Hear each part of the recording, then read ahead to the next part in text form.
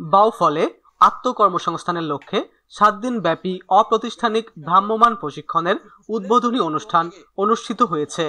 আজ 13 April spirit trust বিলবিলাস মাঠ চত্বরে এ অনুষ্ঠান অনুষ্ঠিত হয়।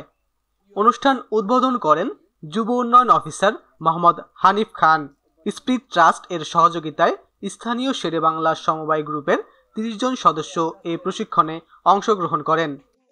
আমি তানজিলা, আমি বিলবিলাস জনসমবায় দল থেকে আসছি। আমি এখানে যে হাঁস মুরগি পালনের বিষয়ে আসছি, সব বিষয়ে জানতে যে নিজে কিভাবে আত্মকর্মসংস্থান সৃষ্টি করা যায়। আমি কাকুলি বেগম, কিভাবে হাঁস মুরগি পালে সে বিষয়ে জানতে চাই।